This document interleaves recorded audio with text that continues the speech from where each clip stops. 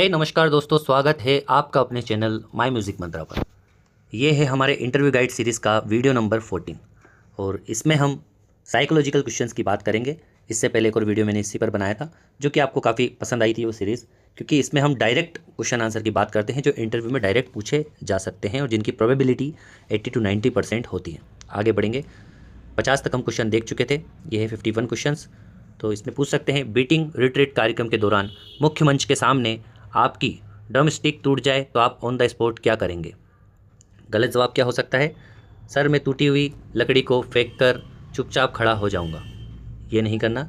सही जवाब क्या हो सकता है? सर, मैं बिना घबराए और बिना कोई एक्सप्रेशन बदले तुरंत अपनी पॉकेट होल्डर से दूसरी स्पेयर स्टिक, यानी कि जो स्टेफनी हमारी स्टिक होती है, जो रिजर्व में होती है, उसको स्पेयर स्टिक बोलते हैं। तो स्पेयर स्टिक निकालूंगा और बिना बीट मिस किए बजाना शुरू कर दूंगा। आगे आपसे पूछ सकते हैं, यदि किसी राष्ट्रीय पर्व 15 अगस्त या 26 जनवरी की परेड में भारी भीड़ के बीच फटाके या बम जैसी तेज़ धमाका हो जाए तो आप क्या करेंगे? जैसे कि हम जानते हैं 15 अगस्त 26 जनवरी काफ़ी पब्लिक होती है, बल्क में लोग होते हैं, तो वहाँ ऐसी चीज़ें हो भी सकती है, कभी कभी ऐसा हो जाए।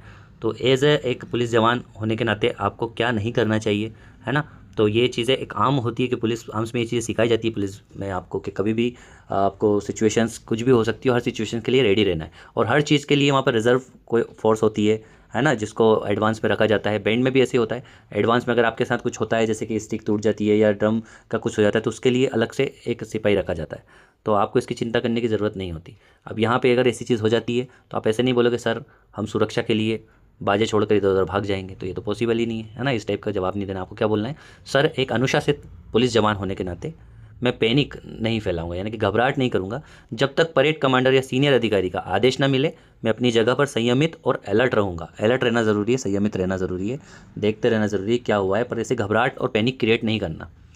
ठीक है। आगे, यदि परेड के बीच में आपके जूते के फीते, यानी कि जूते के जो बंद है वो खुल जाए तो आप क्या करेंगे? ये कॉमन क्वेश्चन है, पूछा जाता है। सर, मैं तुरंत झुककर फीते बांधने लगूंगा। ये गलत जवाब हो जाएगा। ठीक है, क्योंकि परेड एक बार जब चालू हो जाती है तो उसको रोका नहीं जाता, झुका नहीं जाता, उसको अनलिंक नहीं किया जाता। सही जवाब क्या हो सकता है? सर, चलती परेड या सावधान स्थिति में झुकना मना है। मैं अपने कदम का संतुलन इस तरह रखूंगा कि जूते पर पैर ना पड़े। ठीक है, और परेड खत्म होने के बाद ही उसे ठीक करूंगा। ठीक है, आगे बढ़ते हैं। यदि साइड ड्रम का ऊपरी हेड, जो जिसको हम बोलते हैं प्राइमरी हेड जो होता है हमारा, तो अगर ये आपका बजाते बजाते बीच से फट जाए तो आप क्या करेंगे? ठीक है, तो अगर आप ऐसा बोलेंगे सर मैं बजाना बंद करके रोने जैसी शक्ल बना के खड़ा हो जाऊंगा, है ना। ये तो मैं इसलिए गलत जवाब देता हूँ ताकि बहुत बार गलती कर देते हैं बच्चे, भोले बन के बोल देते हैं, तो इसलिए कुछ अपन गलत वाले जवाब भी इसमें इंक्लूड करता हूँ मैं, ताकि आपको समझ में आए कि इस तरीके की चीज़ नहीं करना। सही जवाब क्या हो सकता है? सर, मैं तुरंत किनारे, यानी कि रिम एरिया तरफ हल्की बीट देना शुरू करूँगा या हाथ से रिदम मेंटेन्स रखूँगा ताकि विजुअल और ऑडियो गैप में ना दिखे, और कार्यक्रम के बाद तुरंत हेड बदलूंगा। ठीक है, तो उस समय आपको क्या करना है, क्योंकि आपको जैसे पता ही है एक रेशो साइड ड्रम का, अगर साइड ड्रम के अवगत में ये चीज़ पूछी गई है तो आपको पता ही है 4 साइड ड्रम, 2 से 4 साइड ड्रम होते हैं तो एक बेस ड्रम होता है। तो अगर ये चीज़ होती है तो 3 साइड ड्रम तो उसको निभा ही रहे, आप उसको इस तरीके से मैनेज करेंगे, साइड में थोड़ा थोड़ा बजाएंगे ताकि वो और ना फटे जितनी जो उसमें बच चुका है, और वो उसको इस तरीके से आपको प्ले करना है कि वो जिसका विजुअल ऑडियो ना आए, इम्पैक्ट में ना दिखे, और वीडियो से भी थोड़ा सा छुपा कर रखना है ना। उस टाइप से करते हुए फिर जब आपका कार्यक्रम एंड होता है देन आप उसको रिपेयर कर सकते हैं। आगे देख लेते हैं। अगर आपको और आपकी टीम को अचानक बिना किसी तैयारी के किसी मुख्यमंत्री या राज्यपाल के कार्यक्रम में बजाने के लिए भेजा जाए तो आप क्या करेंगे? आप ये नहीं कह सकते सर, हम कहेंगे कि हमारी तैयारी नहीं है, हम नहीं बजा सकते, ये नहीं बोलोगे। क्या बोलना है? सर, हम स्टैंडर्ड और सुप्रसिद्ध देशभक्ति धुनों जैसे कि कदम कदम बढ़ाए जा, सारे जहाँ से अच्छा, है ना, इनको चुनेंगे क्योंकि ये सबने सुना होता है, ऑलमोस्ट ये सबकी ज़ुबान पे होता है, जिस पर पूरी टीम की पकड़ मजबूत होती है ना, ऑलरेडी इन पर मजबूत होती है टीम, और अनुशासित प्रदर्शन देंगे, है ना। तो हम मुख्य मुख्य चीज़ों को चुनेंगे, घबराएंगे नहीं और अच्छी परफॉर्मेंस देंगे। आप ये एक पॉजिटिव आंसर दे सकते हैं। मान लीजिए आप बहुत थके हुए हैं और आपकी ड्यूटी खत्म होने ही वाली है कि अचानक दूसरा आदेश आता है कि अगली ड्यूटी 6 घंटे की और है, आप क्या करेंगे? ये एक्चुअली इस टाइप के क्वेश्चंस पूछने का उनका मुख्य मोटो यही होता है कि आप ड्यूटी से भगते तो नहीं हैं, आप ऐसे तो नहीं हो कि बिल्कुल बस ये सोच के आए सरकारी नौकरी मतलब पढ़े रहने का नाम है। तो इस तरीके की चीज़ें देते हैं, है ना। बाकी ऐसा नहीं किया जाता, एक्चुअल में बहुत ध्यान रखा जाता है। ड्यूटी मतलब ड्यूटी, और बहुत हर चीज़ को प्रेफरेंस में दिया जाता है। शेड्यूल बदलते रहते हैं ड्यूटीज़ में भी। ऐसा नहीं होता कि किसी ने 10 घंटे ड्यूटी कर ली फिर उसको वापस 10 घंटे, ऐसा कुछ भी नहीं है। ये सब कहने की बातें होती है। पर हाँ, आपातकालीन स्थिति में होती है तो वो आपका एक वो जानना चाहते हैं आपका व्यू अगेंस्ट, किस तरीके से आप आपकी वर्दी के खिलाफ आपकी एक तरीके से डेडिकेशन देखना चाहते हैं। तो जवाब, सर मैं मना कर दूंगा, है ना, या अस्वस्थ होने का बहाना बना दूंगा, ये ऐसे जवाब नहीं देना है, ठीक है। आप बोल सकते हो सही जवाब क्या होगा, सर देशभक्ति जन सेवा का संकल्प ही थकान से ऊपर है, ठीक है। मैं पानी पीकर और मानसिक रूप से खुद को रिसेट करके नई ड्यूटी के लिए तत्पर हो जाऊंगा। अगला क्वेश्चन देख लेते हैं। अगर मार्च पास्ट के दौरान आपकी आंख में धूल या कीड़ा चला जाए तो आप क्या करेंगे, है ना। ये भी एक जानने वाली चीज़ है। ऐसा तो नहीं हो जाए तो आप बिल्कुल सब रैली वैली सब छोड़ छोड़ के बीच में ही ये चीज़ें करने लग जाओ, तो वो भी चीज़ आपको सिखाई जाती है। आपकी एक तरीके से एंडोरेंस एबिलिटी को देखा जाता है। तो आप क्या बोलेंगे, सर मैं दोनों हाथों से आंखें मसलूंगा और चलना बंद कर दूंगा। तो ये गलत जवाब हो जाएगा। क्या बोलेंगे, सर मैं अपनी आंखों को बारी बारी झपका कर, यानी कि ब्लिंक करूंगा फास्ट, है ना, साफ करने की कोशिश करूंगा। बारी बारी जब झपकाते हैं, अगर मान लो कुछ मच्छर घुसा भी है तो जब बार बार पलके झपकाई जाती है तो वो धीरे धीरे पलके की साइड में आ जाता है ना, निकल जाता है। ये रूल्स होता है। आप देखेंगे अगर आई के जो हॉस्पिटल्स वाले जो डॉक्टर होंगे वो भी आपको ये बताते हैं जब ऐसा होता है तो पलके तेज़ झपकाना चाहिए, है ना। तो कोशिश करूँगा, है ना, साफ करने की कोशिश करूँगा और बिना अपनी लाइन कदम ताल को तोड़े लगातार मार्च करता रहूँगा। मार्च इंपॉर्टेंट कुछ टाइम का रहता है तो उसको फॉलो करना पड़ता है, ये रूल्स है ना। यदि परेड ग्राउंड पर कोई जानवर जैसे कि कुत्ता, सांड, है ना, आपकी कतार यानी कि जो चल रही है आपकी परेड की जो कतार चल रही है फाइल में घुस जाए तो आप क्या करोगे। गलत जवाब क्या होगा, अगर आप ऐसा बोलेंगे सर मैं ड्रम स्टिक क्यों से मारने लग जाऊंगा, तो कितना गलत बात है ना। ऐसे नहीं बोलना है। बोलेंगे क्या, सर मैं बिना उग्र हुए लाइन तोड़े, है ना, ना तो लाइन तोड़ूंगा ना ही उग्र गुस्सा करे बिना हल्का सा रास्ता बनाकर उससे बचकर आगे निकलूंगा। बाकी व्यवस्था आउटर सिक्योरिटी पर तैनात जवान संभाल लेंगे। जो हमारे आउटर सिक्योरिटी पर तैनात रहते हैं उनकी ड्यूटी इसी चीज़ की होती है। आपकी ड्यूटी है प्ले करने की, तो आपको प्ले करना है, इन चीज़ों में ध्यान नहीं देना भगाने में। यदि आपका कोई साथी जवान सार्वजनिक स्थल पर पुलिस की यूनिफॉर्म में अनुचित व्यवहार या बहस कर रहा हो तो आप क्या करेंगे। ये भी एक आपकी मेंटल एबिलिटी को दिखाता है कि आप क्या करेंगे, कि आप गलत चीज़ में भी उसका साथ देंगे। ये वो देखना चाहते हैं कि आपके अंदर का इंसान कैसा है। गलत जवाब क्या हो सकता है, सर मैं उसके साथ मिलकर बहस करने लगूंगा, है ना। सही जवाब क्या होगा, सर मैं अपने साथी को समझाकर शांत करूंगा और वहाँ से अलग ले जाऊंगा ताकि वर्दी की गरिमा बनी रहे, ठीक है। आगे, यदि आपके पास बजाने के लिए कोई इंस्ट्रूमेंट ना हो, मान लीजिए ख़राब हो गया, तो परेड में आपका क्या रोल होगा। अब देखिए ये चीज़ भी पूछने वाली बात है। सर मैं पीछे जाकर आराम करूंगा, है ना, तो ये गलत जवाब हो जाएगा। आप क्या बोल सकते हैं, सर मैं स्वांड के साथ, स्वांड एक रिजर्व पुलिसमैन होते हैं जो कि ये चीज़ें देखते हैं कि अगर कुछ खराब हो गया इमरजेंसी में, तो स्वांड के साथ अनुशासित मार्चिंग जवान जो कि बिना वाद्य वाले होते हैं, है ना, उनके रूप में सही कदम ताल करते हुए परेड में भाग लूँगा, ठीक है। आगे बढ़ते हैं। अब ये थोड़े से क्वेश्चन है संगीत साधना, रियाज, तकनीकी बारीकियों से रिलेटेड, जो भी आपसे इस टाइप के डायरेक्ट क्वेश्चन में पूछे जा सकते हैं। तो वो किस तरीके के होंगे उनको देख लेते हैं।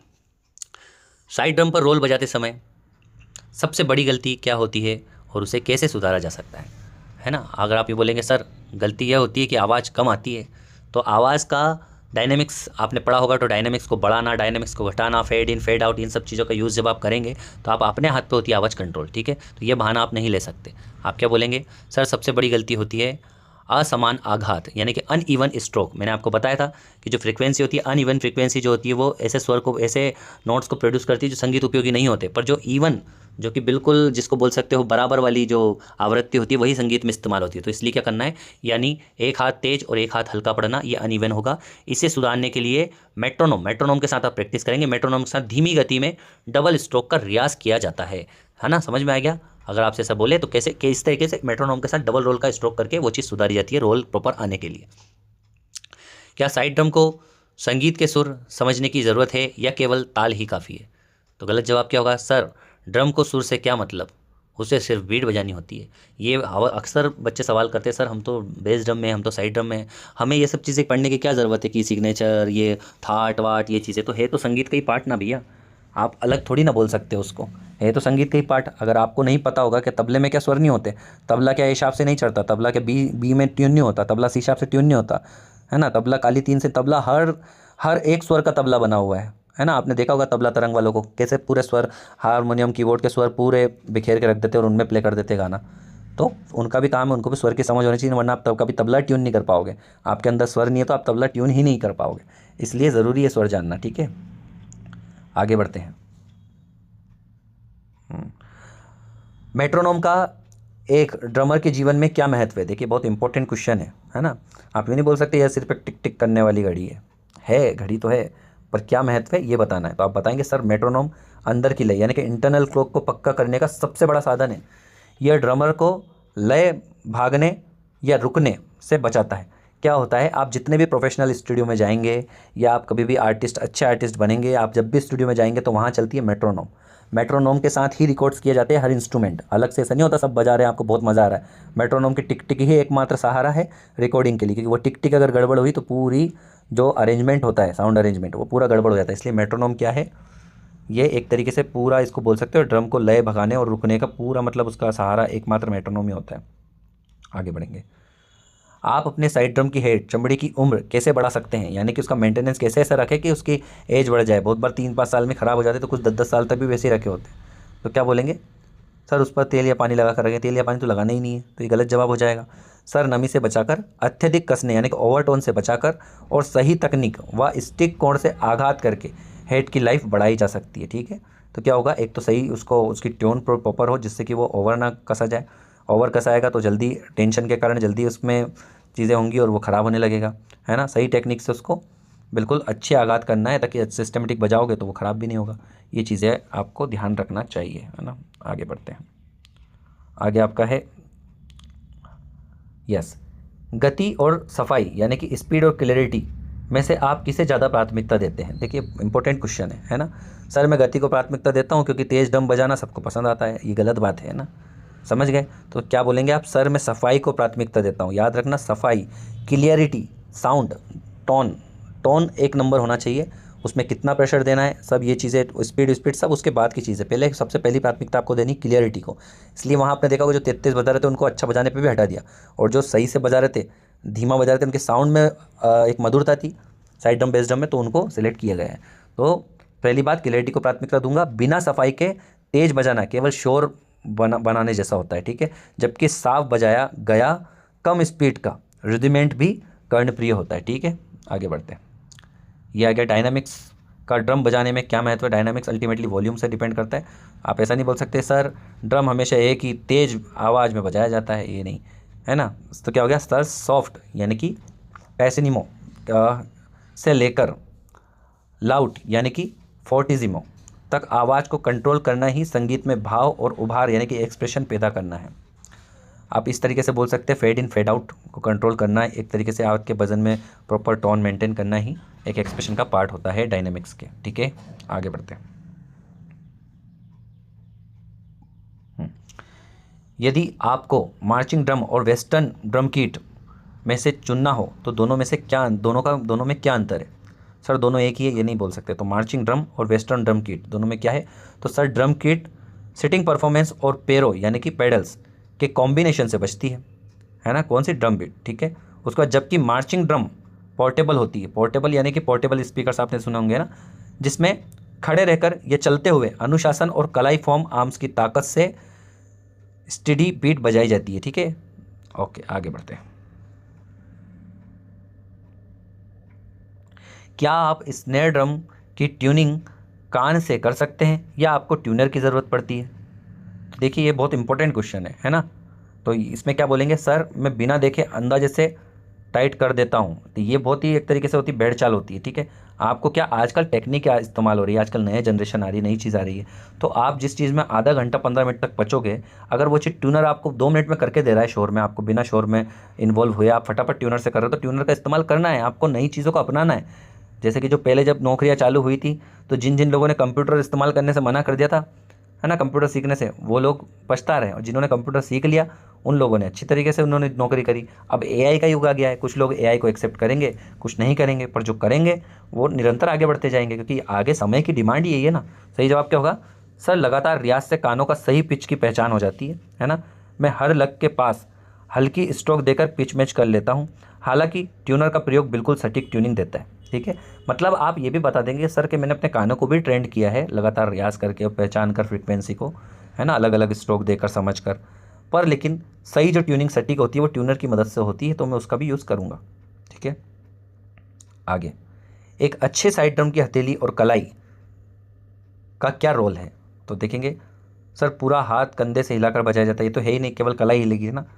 सही जवाब क्या होगा सर? 80% वादन कलाई और उंगलियों के रिबाउंड यानी कि जो आप बजाते हैं उससे जो रिवर्ब मिलता है, ऊपर आता है जो ट्यून, जितनी कलाई ढीली रखोगे उतना ही रिबाउंड मिलेगा, है ना। कंधे से बजाने पर हाथ जल्दी थकेगा और कंट्रोल खत्म हो जाएगा। कंधे का उपयोग अगर आप करोगे तो हाथ बहुत जल्दी थक जाएगा और कंट्रोल भी आपका आउट ऑफ जाने लग जाएगा, है ना, क्योंकि आपको स्टेमिना बचा के रखना पड़ता है बेस ड्रम वालों को तो स्पेशली। अब मार्चिंग कैडेंस बदलते समय ड्रमर बैंड को कैसे संकेत देता है? ठीक है, तो मार्चिंग कैडेंस बदल से क्या संकेत होते हैं? सर मैं चिल्लाकर बोलूँगा कि ट्यून बदल रही है, ऐसा नहीं करना। क्या बोलेंगे? सर मैं एक विशेष रोल ऑफ या विशिष्ट ड्रम सिग्नल बीट बजाऊंगा, जिससे पूरे बैंड को पता चल जाता है कि अगली बीट से नई धुन या मार्च शुरू हो रहा है। जैसे कि हमने कट ऑफ देखा था, शॉर्ट कट ऑफ, ये तो उससे पता पड़ जाता है कि यार अब नया वो चालू होना है, या फिर रोल ऑफ, है ना। तो ये सारी चीज़ें अब आपका, इसमें हमने थोड़े से अंतर्व्यक्तित्व और संबंध में नेतृत्व क्षमता जो होती है उसके संबंधित मैंने कुछ क्वेश्चन रखे हैं, ताकि ये आपके लीडरशिप के गुण देखने के लिए वो ये इस टाइप के क्वेश्चन पूछ सकते हैं आपसे कि आप में लीडरशिप गुण है कि नहीं, आपको कुछ अच्छी जगह भेजा जा सकता है कि नहीं, पोस्ट दी जा सकती है नहीं। यदि बैंड के बाकी सदस्य आपकी लय के साथ मैच नहीं कर पा रहे तो आप क्या करोगे? सर मैं उनके हिसाब से अपनी लय बिगाड़ लूँगा, है ना। ये क्वेश्चन, ये गलत जवाब हो जाएगा। आप क्या बोलेंगे? सही जवाब, सर मैं अपनी स्नैर्स डाउन बीट को थोड़ा और स्पष्ट और जोरदार करूँगा ताकि वे मेरी बीट को आसानी से पकड़ सकें, है ना। अगर आप सही बजा रहे हैं तो आप अपनी ही सही चीज़ को अच्छा करोगे, पर ऐसा ना हो आपको लग रहा है सही बजा रहे हैं और पता पड़ा आप खुद ही बेताले हो। तो पहले अपने आप को मेट्रोनोम में लाकर ट्यून में करना है, फिर ये सी बातें बोलनी है। मान लीजिए आपको बैंड इंचार्ज या असिस्टेंट बैंड मास्टर बना दिया जाए, तो आप जूनियर जवानों से काम कैसे लेंगे? गलत जवाब क्या होगा? सर मैं उन पर रोब झाड़ूंगा और ना मानने पर उनको सज़ा भी दूंगा, है ना। आप सीधा बोल सकते हो सर मैं खुद उदाहरण बनकर काम करूंगा। देखिए एक सही सीनियर क्या होता है, पहले खुद एग्जाम्पल सेट करता है। एक सही मेंटर क्या होगा? अगर आपको किसी भी चीज़ की पढ़ाई करना है, पीएससी, यूपीएससी, आईएएस ऑफिसर की, तो आप किससे पढ़ना ज़्यादा पसंद करेंगे? उससे जो आईएएस ऑफिसर बनकर है और जो आपको पढ़ा रहा है उससे, या फिर जिसने कभी आईएएस ऑफिसर की एग्ज़ाम ही नहीं दी है या जिसने आईएएस ऑफिसर की चीज़ पढ़ी ही नहीं है, हाँ, उससे पढ़ेंगे ना जो उसका स्पेशलिस्ट है। तो यही बात हो रही है, ठीक है। सही जवाब क्या होगा कि पहले मैं खुद उदाहरण बनकर काम करूंगा, उनकी कमियों को व्यक्तिगत रूप से समझूंगा ताकि क्या चल रहा है और क्या हो रहा है ना, और टीम के अनुशासन व आत्मीयता का माहौल बनाऊंगा, ठीक है। उनके प्रति अपना जैसा माहौल आपको देना है वो आपके ही। बैंड मतलब क्या होता है? आप बैंड का मतलब समझिए पूरा, जिसको बोलते हैं यूनिटी, मेजोरिटी मतलब सब लोगों का मिलकर एक चीज़ के प्रति काम करना, उसको बोलते हैं बैंड। तो इसलिए आपको ये बातें हमेशा ध्यान रखनी है। यदि आपका कोई साथी जवान आपके वादन की कला से जलता है और आपसे बात नहीं करता तो आप क्या करोगे? देखिए ये क्वेश्चन भी इस तरीके से पूछा जा सकते हैं आपकी जिसको बोल सकते हो अंदर से लीडरशिप को जज करने के लिए, क्योंकि लीडर होता है वो इन चीज़ों में ध्यान नहीं देता है, छोटी मोटी चीज़ होती है, और जब लीडर नहीं होगा ना वो व्यक्ति, इन चीज़ों से फ़र्क पड़ेगा उसको। तो सर मैं भी उससे दुश्मनी कर लूँगा, है ना, ये छोटी बात हो गई। सही जवाब क्या होगा? सर मैं अपना व्यवहार हमेशा सहयोगात्मक रखूँगा। संगीत और पुलिस सेवा में व्यक्तिगत मतभेद की कोई जगह नहीं है। मैं काम के दौरान पूरी पेशावरता यानी कि प्रोफेशनलिज्म रखूँगा, ठीक है। ये आपका जवाब होना चाहिए इस तरह का। जब आपके सीनियर्स आपको किसी परफॉर्मेंस के बाद क्रेडिट ना देकर किसी और को दे दे तो आप क्या करोगे, है ना। तो आप, ये तो गलत जवाब हो जाएगा, सर मुझे बहुत गुस्सा आएगा और मैं आगे से अच्छा नहीं बजाऊंगा फिर, है ना। ये बिल्कुल बचपना हरकतें होती हैं। आप सही जवाब क्या देख सकते हैं? सर सबसे मुख्य बात यह है कि टीम और मध्य प्रदेश पुलिस बैंड की प्रशंसा हुई। व्यक्तिगत क्रेडिट से ज़्यादा मेरे लिए टीम की सफलता महत्वपूर्ण रखती है। मैंने आपको बताया बैंड मीन्स मेजोरिटी मीन्स सबका एक साथ एक लक्ष्य पे काम करना। तो आपको ये बात ध्यान में रखनी है, आपको खुद का तो सोचना है ही नहीं। अकेले से बैंड कभी नहीं होता, सोलो परफॉर्मेंस बोल देते नहीं तो उसको, ठीक है, बैंड परफॉर्मेंस नहीं बोलते। यदि बैंड मास्टर आपको किसी नए लड़के यानी कि फ्रेशर्स को गाइड करने की जिम्मेदारी दे दे तो आप शुरुआत कहाँ से करेंगे? सर सीधे कठिन मार्च दोनों से, ताकि उसको पता पड़े कि हम कितनी मेहनत करते हैं। गलत बात है ना, ये नहीं बोलना। आपको बोलना है सर सबसे पहले मैं उसे यूनिफॉर्म व बाजे की देखरेख, सही ग्रिप, पोस्चर और बेसिक रूडिमेंट्स के रियाज को शुरुआत करूंगा, ठीक है। तो सबसे पहले बेसिक, उसको कपड़े पहनने का तरीका, वो सारी चीज़ें बताएंगे, यूनिफॉर्म सेट करने की चीज़ें, है ना, उसके बाद आगे शुरुआत करेंगे। यदि आपको लगता है कि बैंड मास्टर द्वारा चुनी गई ट्यून किसी विशेष कार्यक्रम के लिए सही नहीं है तो आप क्या करेंगे? ये होता है कुछ लोग विरोध करने लग जाते हैं ना, वो अपने ही कहते हैं ना, हमको जो सही दिख रहा है ज़रूरी नहीं वो हमेशा सही हो।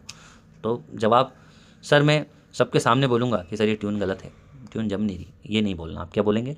सर मैं सार्वजनिक रूप से कभी नहीं टोकूंगा, मतलब सार्वजनिक यानी सबके सामने कभी नहीं बोलूँगा। रिहर्सल के समय एकांत में बहुत नम्रता से अपना सुझाव रखूँगा लेकिन अंतिम निर्णय बैंड मास्टर सर का ही मान्य होगा, ये आपको पता ही होना चाहिए। और आपको यही उनसे करना है कि सर आप बुरा ना माने तो हम क्या इसको ऐसा भी कर सकते हैं, मतलब पूछ उनका एक सजेशन लेकर आपको चीज़ करवानी भी तो एक सजेशन लेना है उनसे, फिर वो करे या ना करे उनकी इच्छा।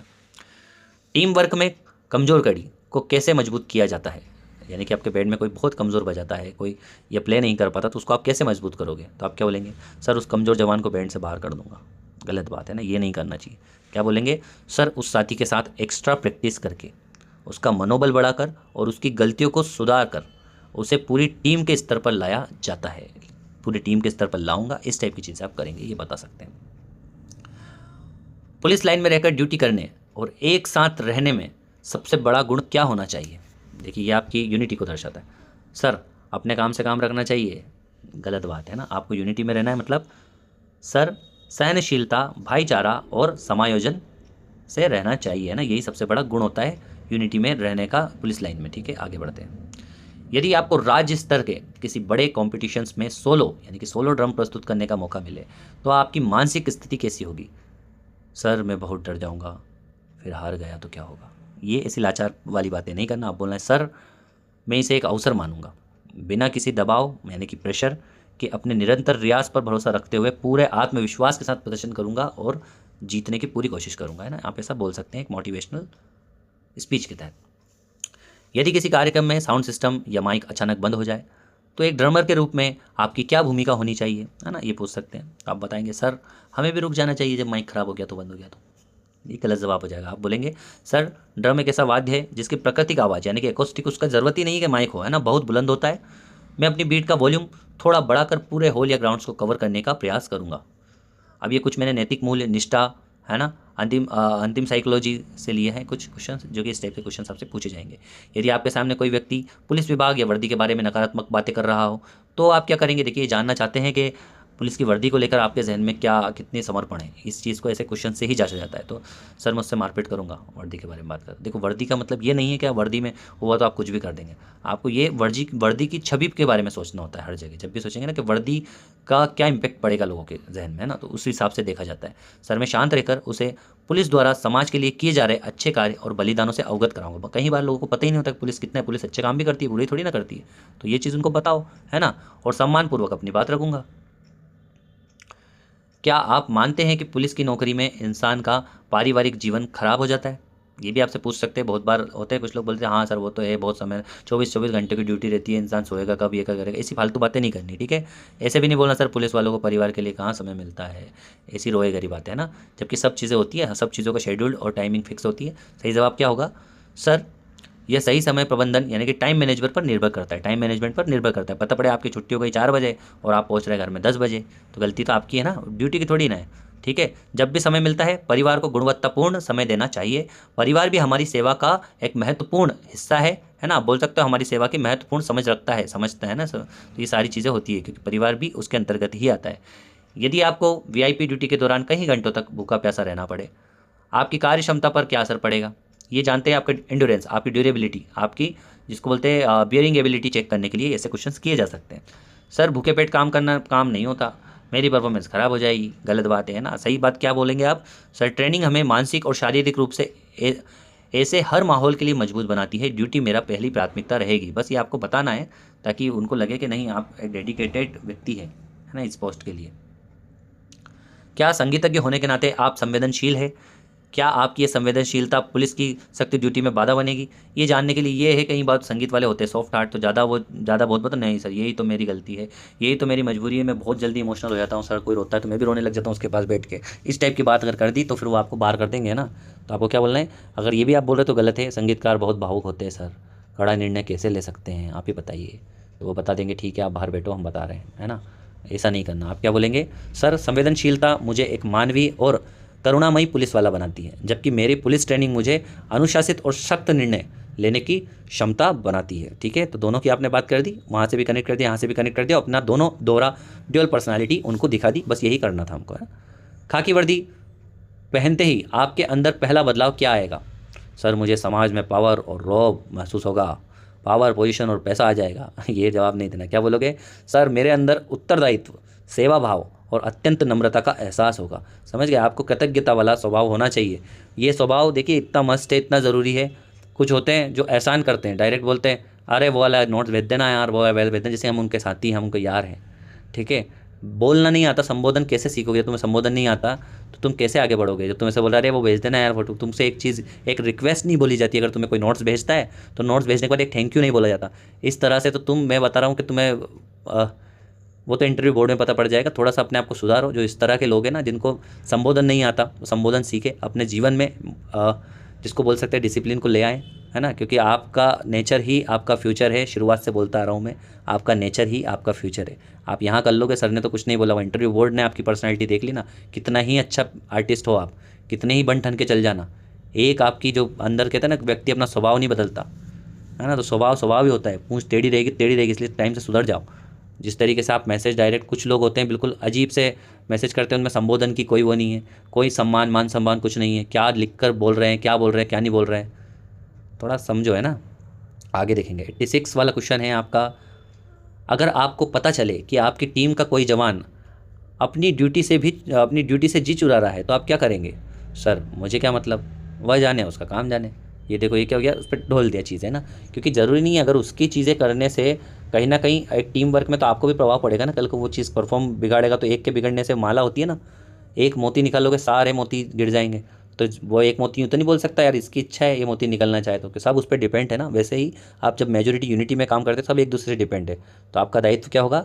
सर पहले मैं उसे व्यक्तिगत रूप से समझाऊंगा कि उसकी लापरवाही से पूरी टीम पर असर पड़ रहा है।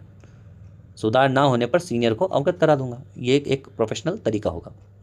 यदि आपको दूर दराज से नक्सल प्रभावित या आदिवासी क्षेत्र में पुलिस बैंड या ड्यूटी के लिए तैनात कर दिया जाए तो क्या करोगे? सर मैं ट्रांसफ़र रुकवाने के लिए सिफारिश करूंगा। ये बिल्कुल गलत जवाब होगा। और याद रखना, इस टाइप के जवाब ज़रूर आपसे वो एक्सपेक्ट करेंगे, आपसे पूछेंगे, देख लेना भले, क्योंकि वो ये देखना चाहेंगे ये बिल्कुल साहब रईस जादव वाली ज़िंदगी तो जीने के लिए नहीं सोच रहे हैं पुलिस में आके, है ना। तो इसलिए वो ऐसे क्वेश्चन बोलेंगे। आप बोलेंगे सर मध्य प्रदेश के हर कोने में सेवा देना मेरा कर्तव्य है, मैं सहर्ष वहाँ जाकर अपनी सेवाएं दूंगा। आप ये बोल सकते हैं। क्या आप कभी ऐसा कोई काम करेंगे जिससे आपके विभाग की बदनामी हो? सर पकड़े ना जाए तो कोई बात नहीं, है ना। सही जवाब क्या होगा?